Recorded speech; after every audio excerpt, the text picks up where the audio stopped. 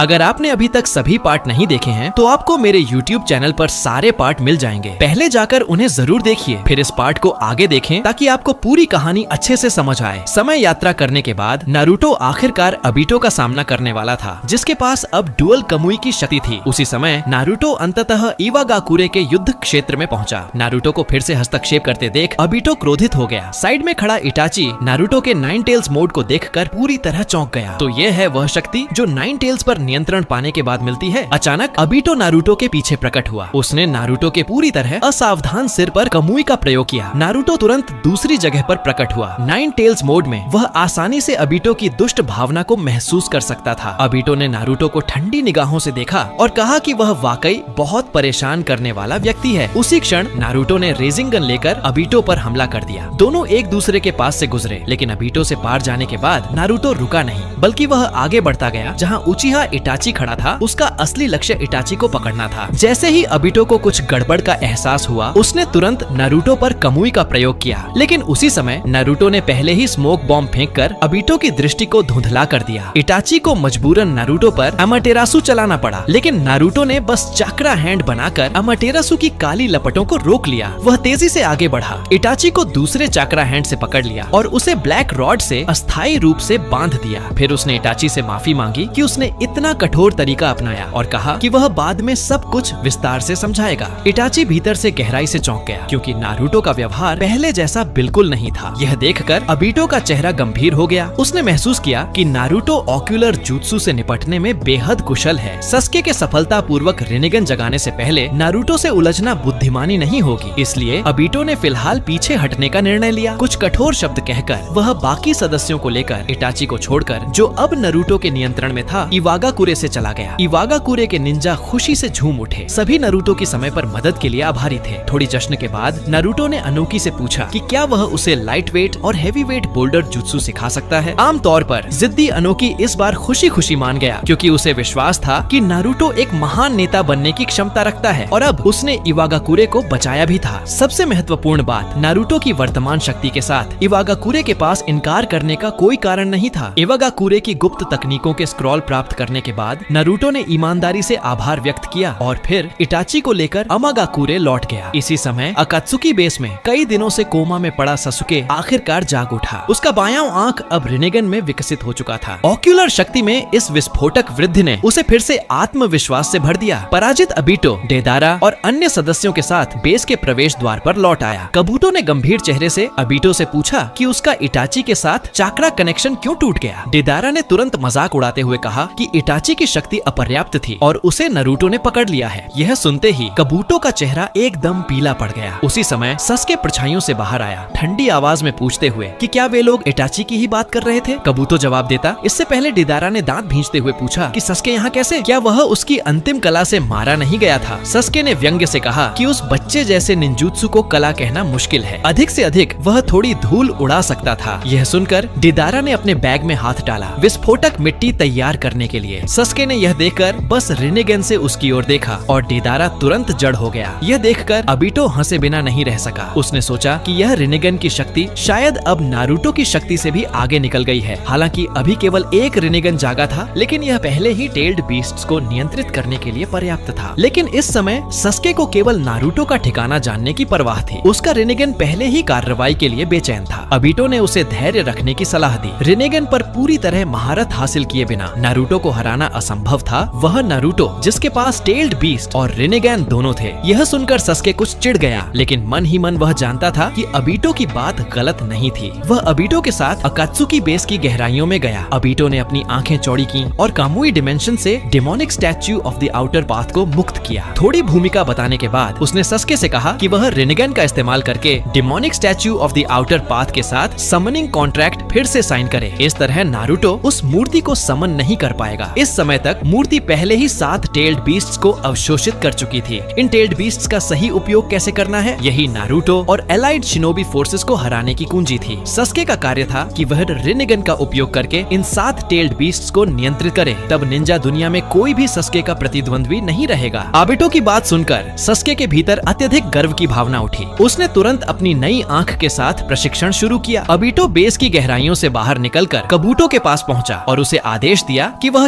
चौथा महान निंजा युद्ध शुरू करने की तैयारी करे। अब समय आ गया था आई ऑफ द मून योजना को फिर से शुरू करने का। नारुतो इटाची को लेकर अमागाकुरे लौट आया। जैसे ही नगाटो ने इटाची का चक्र महसूस किया, वह तुरंत नारुतो के पास प्रकट हुआ। इटाची को देखकर नगाटो बहुत खुश हुआ, लेकिन इटाची उलझन में दिखा क्योंकि वह नगाटो को जानता ही नहीं था। अपने जीवन काल में उसने जिस अकात्सुकी नेता को जाना था, वह हमेशा यहिको के रूप में सामने आता था। यह देखकर नारुतो ने उनका परिचय कराया। नगाटो ही पेन के पीछे की असली देह था और साथ ही उसका वरिष्ठ भी। यह सुनकर इटाची ने हल्की मुस्कान दी और कहा, आशा है कि आगे भी नेता मुझे मार्गदर्शन देंगे। दोनों जल्दी ही दोस्त बन गए। इटाची को एडो टेंसी के नियंत्रण से मुक्त कराने के बाद नारुतो ने उसे निंजा दुनिया में हाल ही में हुई सारी घटनाएं बताई। उसने इटाची से माफी मांगी कि वह अब तक सस्के को सच्चाई नहीं बता पाया, बल्कि उसकी नफरत को ही उसकी शक्ति बनने दी। इटाची ने लंबी सांस ली और कहा कि उसने भी पहले यही किया था, लेकिन उस कबीले से निपटने के लिए उसे सस्के पर विशेष तरीके अपनाने पड़े थे। वह विश्वास करता था कि नारुतो अंततः सस्के को सही रास्ते पर वापस लाएगा। अगर सब विफल रहा तो अभी भी शिसुई का कोतोआ मात्सुकामी था जो सस्के का मन बदल सकता था। यह सुनकर नारुतो बहुत प्रभावित हुआ। इटाची, जो सस्के को गांव से भी ज्यादा महत्व देता था, को यह सब कहने के लिए बहुत साहस चाहिए था। कोतोआ मात्सुकामी की बात पर नारुतो ने इटाची से पूछा कि क्या उसे पता है शिसुई का शरीर कहाँ है। यह सुनकर इटाची ने गंभीरता से पूछा कि नारुतो क्या करना चाहता है। नारुतो ने ईमानदारी से अपनी योजना बताई। शिसुई एक अपूरणीय प्रतिभा था। अगर भविष्य में वे उसे पुनर्जीवित कर लें तो उस कबीले के खिलाफ उनकी राह बहुत आसान हो जाएगी। इटाची लंबे समय तक चुप रहा। वह अपने पुराने दोस्त को परेशान नहीं करना चाहता था, लेकिन जानता था कि नारुतो की बात में तर्क है। निंजा दुनिया के भविष्य के लिए उन्हें अपनी पूरी ताकत लगानी होगी। उसने बताया कि शिसुई का शरीर उसने गुप्त रूप से छिपा दिया था। यह सुनकर नारुतो बहुत खुश हुआ। दोनों साथ में ओरोचिमारू की प्रयोगशाला पहुंचे। इटाची को देखकर, जिसे उसने वर्षों से अपने प्रयोगों में देखने का सपना देखा था, ओरोचिमारू अपनी जीभ बाहर निकाले बिना नहीं रह सका। आखिरकार इटाची का शरीर उसके लिए बहुत लुभावना था। इटाची ओरोचिमारू को देखकर चौंका और मुस्कुराकर कहा कि उसने उसे कम आंका था। यह उम्मीद नहीं थी कि ओरोचिमारू टोत्सुका ब्लेड से बच निकलेगा। नारुतो ने मजाक में कहा कि यहाँ तक कि कोई ओत्सुत्सुकी भी ओरोचिमारू को नहीं मार सकता। फिर उसने ओरोचिमारू से कहा कि प्रयोग की तैयारी करे। वह रिन्ने रिबर्थ का उपयोग करके इटाची को पुनर्जीवित करने वाला था। यह सुनकर इटाची और नगाटो दोनों चकित हो गए। नगाटो ने सबसे पहले आपत्ति की एक रिन्नेगन उपयोगकर्ता के रूप में वह इस जुत्सु की कीमत जानता था। इटाची ने भी दृढ़ता से नारुतो की योजना का विरोध किया और समझाया कि एक एडो टेंसी के रूप में उसके पास कुछ फायदे थे, लेकिन नारुतो ने सब सोच रखा था। एडो टेंसी शरीर अमर होते हैं, लेकिन उनकी शक्ति उसी स्तर पर स्थिर रहती है। वे आगे नहीं बढ़ सकते। इटाची की प्रतिभा के साथ अगर उसे एक स्वस्थ शरीर मिल जाए तो उसकी क्षमताएं वास्तव में चमक सकती हैं। यह कहते हुए नारुतो ने अपनी निंजा पाउच से एक स्क्रॉल निकाला। वह था चियोसामा द्वारा कभी गारा को पुनर्जीवित करने के लिए इस्तेमाल किया गया आत्म बलिदान पुनर्जन्म जुत्सु। गारा ने इसे उसे उपहार में दिया था। नारुतो की योजना थी कि ओरोचिमारू व्हाइट जेत्सु की मदद से इस आत्म बलिदान पुनर्जन्म जुत्सु को सक्रिय करे। तुरंत बाद जब नारुतो रिन्ने रिबर्थ के उपयोग से मर जाए, इस तरह एक बंद पुनर्जीवन चक्र बनेगा। नगातो फिर भी असहमत था। यह केवल सैद्धांतिक रूप से संभव था। अगर यह विफल हो गया तो निंजा दुनिया का भविष्य क्या होगा। नारुतो चुप हो गया। वह जोखिम जानता था, लेकिन योजना को आजमाना आवश्यक था। अगर यह सफल हो जाता तो भविष्य में वे इसी तरीके से अपनी सेना को फिर से बना सकते थे। पर नगाटो अडिग रहा जब तक रिन्ने रिबर्थ वह खुद न करे। उस समय नगाटो के पास अभी भी एक रिन्नेगन था। नारुतो चौंक गया और तुरंत मना किया, लेकिन नगाटो ने जिद की क्योंकि उसकी अपनी योजना थी। अगर प्रयोग सफल हुआ तो वह याहिको को पुनर्जीवित कर सकेगा। अगर असफल हुआ तो नारुतो उसे एडो टेंसी से फिर से जीवित कर सकता था। सबके मनाने के बाद नारुतो ने अंततः नगाटो के अनुरोध को स्वीकार किया। सारी तैयारी के बाद नगाटो ने तुरंत रिन्ने रिबर्थ का प्रयोग इटाची पर किया। एक ही पल में इटाची और नगाटो दोनों स्वर्णिम प्रकाश में लिपट गए। दोस्तों, अगर आपने अभी तक सभी पार्ट नहीं देखे हैं तो आपको मेरे YouTube चैनल पर सारे पार्ट मिल जाएंगे। पहले जाकर उन्हें जरूर देखिए, फिर इस पार्ट को आगे देखें ताकि आपको पूरी कहानी अच्छे से समझ आए। नारुतो ने आखिरकार शिसुई के अवशेषों का ठिकाना ढूंढ लिया। इसी समय नगाटो इटाची पर Samsara of heavenly life jutsu का प्रयोग कर रहा था। तेज सफेद प्रकाश के साथ इटाची अंततः सफलतापूर्वक पुनर्जीवित हो गया। इस बीच नगाटो की शक्ति तेजी से घटने लगी। यही इस जुत्सु की कीमत थी। यह देखकर नारुतो ने चिंतित होकर ओरोचिमारू से कहा कि वह तुरंत लिविंग कोर्प्स रीइंकार्नेशन जुत्सु शुरू करे। ओरोचिमारू ने तुरंत एक व्हाइट जेत्सु को नियंत्रित किया और उस पर यह जुत्सु लागू किया। एक पल में व्हाइट जेत्सु की जीवन ऊर्जा नगाटो के शरीर में प्रवाहित होने लगी। नारुतो ने भी व्हाइट जेत्सु पर हाथ रखा और लगातार चक्रा प्रदान करता रहा। मृत्यु के कगार पर पहुंचा। नगाटो तेजी से ठीक होने लगा। उसके सफेद बाल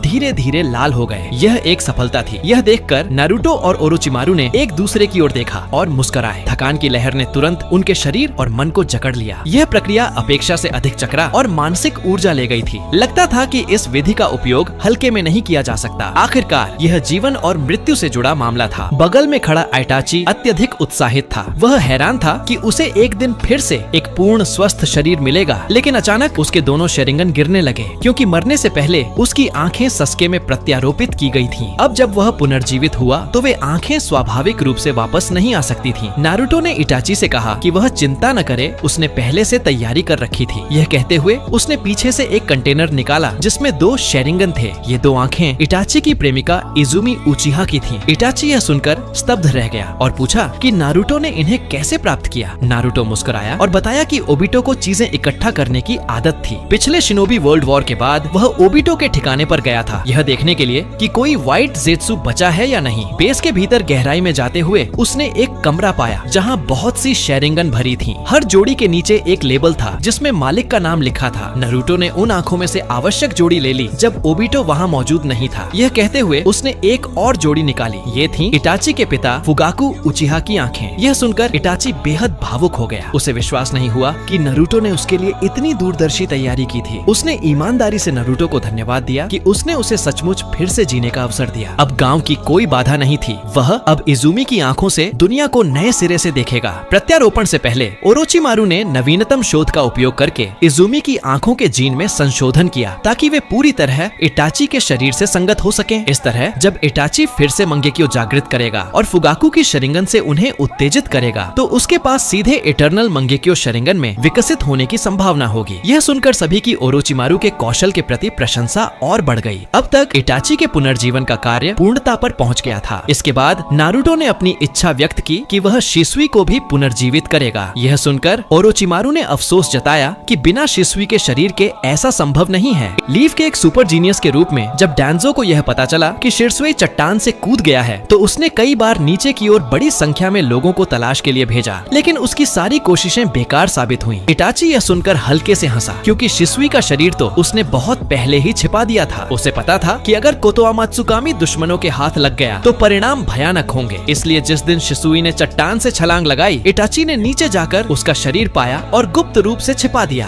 बाद में उसने शिसुई के शरीर को टोत्सुका ब्लेड के अंदर सील कर दिया। यह कहने के बाद इटाची ने तुरंत सुसानु सक्रिय किया और टोत्सुका ब्लेड की सील खोली। सालों बाद भी शिसुई का शरीर आंखों को छोड़कर पूरी तरह सुरक्षित था। ओरोचिमारू ने इटाची की सतर्कता की प्रशंसा की। वह बोला, अब समझ में आया कि मैं कितनी भी कोशिश कर लूं, शिसुई का शरीर क्यों नहीं मिला। यह सुनकर इटाची ने गहरी सांस ली और कहा कि यह लाचारी थी। वह चाहता था कि उसका पुराना दोस्त शांति से विश्राम करे, पर डैंजो और बाकी लोग कभी शिसुई के शरीर को नहीं छोड़ते। यह कहते हुए इटाची ने नारुतो की ओर देखा और शिसुई को उसके हवाले कर दिया। नारुतो की योजना थी कि वही तरीका अपनाकर शिसुई को पुनर्जीवित करे जो उसने इटाची पर इस्तेमाल किया था। शिसुई के पुनर्जीवित होने की कल्पना से इटाची के मन में खुशी और दुख दोनों उमड़ आए। खुशी इस बात की थी कि वह अपने पुराने मित्र से फिर मिल पाएगा, पर दुख इस बात का कि वह अपने उस वादे को नहीं निभा सका कि वह उचिहा नाम और गांव दोनों की रक्षा करेगा। इसके बजाय उसने अपने ही हाथों उचिहा कबीले को नष्ट कर दिया। यह देखकर नारुतो ने उसकी भावनाएं समझ ली। शिसुई को पुनर्जीवित करने से पहले उसने तय किया कि वह पहले इटाची को एक पुराने परिचित से मिलवाएगा। दोनों साथ में अमाजेकुरे के ट्रेनिंग ग्राउंड पर पहुंचे। इस समय किसामे अमाजेकुरे के निचले दर्जे के निंजा को प्रशिक्षण दे रहा था। इटाची यह देखकर हैरान रह गया कि किसामे भी अमाजेकुरे में है। उसने पीछे से उसे पुकारा। यह परिचित आवाज सुनकर किसामे की आंखें तुरंत चौड़ी हो गईं। उसने आवाज की दिशा में सिर घुमाया। उसे पता चला कि आवाज सच में इटाची की ही थी। इटाची को जिंदा देखकर किसामे पूरी तरह से चौंक गया। क्या मिस्टर इटाची अपने भाई से लड़ाई के बाद मर नहीं गया था? इटाची मुस्कुराया और उसे सब कुछ समझाया। उसने यह भी कहा कि अब से वह अमाजेकुरे में रहकर नारुतो की मदद करेगा। यह सुनकर किसामे मुस्कुराया। उसने कभी नहीं सोचा था कि उसे फिर से मिस्टर इटाची के साथ मिशन पर जाने का मौका मिलेगा। दोनों कुछ देर तक एक दूसरे को देखते रहे और फिर जोर से हंस पड़े। इटाची का किसामे की सोच पर गहरा प्रभाव था। आज की शिनोबी दुनिया में केवल वही था जो ठंडे और निर्दयी किसामे की भावनाओं को जगा सकता था। अपने पुराने दोस्त से मिलने के बाद इटाची अब शिरसुई से मिलने के लिए तैयार था। कुछ दिनों के आराम के बाद सब लोग फिर से ओरोचिमारू की प्रयोगशाला लौटे, जैसे इटाची को पुनर्जीवित करते समय हुआ था। जब ओरोचिमारू और नारुतो तैयार हो गए, नगाटो ने संसारा ऑफ हेवनली लाइफ टेक्निक का प्रयोग शिरसुई पर किया। एक पल में सफेद रोशनी ने शिरसुई के शरीर को ढक लिया। सब कुछ ठीक ठाक लग रहा था, लेकिन नारुतो को स्पष्ट रूप से महसूस हुआ कि नगाटो पिछली पिछली बार से कहीं तेजी से कमजोर हो रहा है। यह पुनर्जीवन तकनीक भले ही उचित लगे, लेकिन उपयोगकर्ता पर इसका बोझ लगातार बढ़ता जा रहा था। जैसे ही समसारा ऑफ हेवनली लाइफ तकनीक पूरी हुई, ओरोचिमारू ने तुरंत व्हाइट जेत्सु को नियंत्रित किया और लिविंग कॉर्प्स रीइंकार्नेशन टेक्निक को नगाटो पर लागू किया। उसने भी देखा कि नगाटो पहले से बहुत कमजोर हो गया था, इसलिए वह जल्दी में यह तकनीक प्रयोग कर रहा था। डर था कि अगर 1 सेकंड भी देरी हुई तो नागाटो मर जाएगा। व्हाइट जेत्सु की जीवन शक्ति के संचार से कमजोर नागाटो धीरे धीरे ठीक होने लगा। ओरोचिमारू ने राहत की सांस ली। वह अपने इस उत्कृष्ट कार्य को देखकर संतुष्ट हुआ। नारुतो मुस्कुराते हुए नगाटो के पास गया और बोला, आपने बहुत मेहनत की बड़े भाई। क्या इस बार और पिछली बार की तकनीक में कोई फर्क है? नगाटो महसूस कर सकता था कि उसकी रिनिगन की शक्ति काफी घट गई थी। लगता था कि यह तरीका बार बार कम समय में इस्तेमाल नहीं किया जा सकता। भले ही लिविंग कॉर्प्स रीइंकार्नेशन तकनीक से उपयोगकर्ता का जीवन बढ़ाया जा सकता है, लेकिन आंखों की शक्ति जल्दी वापस नहीं आती। फिर भी नगाटो ने यह बात नारुतो को नहीं बताई, क्योंकि वह अब भी यहीको को पुनर्जीवित करने के बारे में सोच रहा था। भले ही उसे अपनी दृष्टि खोनी पड़े, वह यहीको को इस दुनिया में वापस लाना चाहता था। इसी समय जमीन पर लेटे शिरसुए की उंगली हल्की सी हिली। यह देखकर इटाची तुरंत झुक गया और उसका हाथ पकड़ लिया। उसे पुकारते हुए कहा। इटाची के लिए शिरसुए सिर्फ एक दोस्त नहीं, बल्कि एक मार्गदर्शक भी था। इटाची की आवाज सुनकर शिरसुए बैठ गया और हैरान होकर पूछा, क्या तुम हो इटाची? क्योंकि उसकी मौत से पहले उसकी दोनों आंखें निकाल ली गई थीं। शिरसुए अब अंधा था। जब इटाची ने शिरसुए को अपना नाम पुकारते सुना, उसकी आंखों से आंसू बह निकले। उसने शिरसुए को कसकर गले लगाया। गले में रुंधे शब्दों के साथ बस जोर जोर से सिर हिलाता रहा। भले ही शिरसुए इटाची का चेहरा नहीं देख सकता था, लेकिन एक सेंसरी टाइप निंजा होने के नाते वह स्पष्ट रूप से इटाची का चक्र महसूस कर सकता था। थोड़ी देर की गर्माहट के बाद शिरसुए ने उलझन में पूछा, क्या मैं पहले से मर नहीं गया था? अब मैं तुम्हें कैसे देख पा रहा हूँ इटाची? जैसे ही उसका शरीर पूरी तरह से ठीक हुआ, उसने बाकी सबका चक्र भी महसूस किया। ओरोचिमारू का चक्र महसूस करते ही वह तुरंत सतर्क हो गया। वह इटाची के आगे खड़ा हो गया और उसे थोड़ा पीछे हटने को कहा। ओरोचिमारू ने टिप्पणी की कि शिरसुए सच में उचिहा नाम के योग्य है। कई बार पुनर्जीवित होने के बाद भी वह इतनी जल्दी ओरोचिमारू का चक्र पहचान गया। शिरसुए ने गंभीरता से जवाब दिया, ओरोचिमारू बहुत पहले से तीसरे होकागे की विशेष निगरानी में था, इसलिए मैं उससे बहुत परिचित हूँ। इटाची ने शिरसुए को मुस्कुराते हुए समझाया, मिस्टर ओरोचिमारू अब हमारा साथी है। यह सुनकर शिरसुए हैरान रह गया। अचानक उसे अपनी गर्दन पर ठंडक महसूस हुई और अगले ही पल वह जमीन पर गिर पड़ा। ओरोचिमारू ने एक विशेष दवा का उपयोग किया था, जिससे शिरसुए अस्थायी रूप से बेहोश हो गया, क्योंकि उसे अभी उसकी आंखों का ट्रांसप्लांट करवाना था। नारुतो ने शिरसुए की दोनों आंखें बाहर निकाली। अनुभवी ओरोचिमारू ने तुरंत ऑपरेशन पूरा किया। यह देखकर इटाची ने लंबी सांस ली और कहा, किसे पता था कि एक दिन शिरसुए की आंखें फिर अपने असली मालिक को मिलेंगी। आधे दिन बाद शिरसुए आखिरकार जाग गया। उसे महसूस हुआ कि उसकी आंखें हिल रही हैं। जब उसने आंखें खोली तो सबसे पहले उसने इटाची का चेहरा देखा। इस क्षण उचिहा शिरसुए ने एक बार फिर इस दुनिया को अपनी आंखों से देखा। दोस्तों, अगर आपको ये वीडियो पसंद आया हो तो नीचे हाइप बटन दबाना मत भूलो। अगर वीडियो को लाइक और शेयर करना बिल्कुल मत भूलिएगा। और हाँ, पार्ट 19 मिस न हो, इसके लिए चैनल को सब्सक्राइब जरूर कीजिए। आपका प्यार और सपोर्ट ही हमें और भी रोमांचक कहानियां लाने की ताकत देता है। यहीं पर इस वीडियो को खत्म करते हैं। मिलते हैं अगले पार्ट में।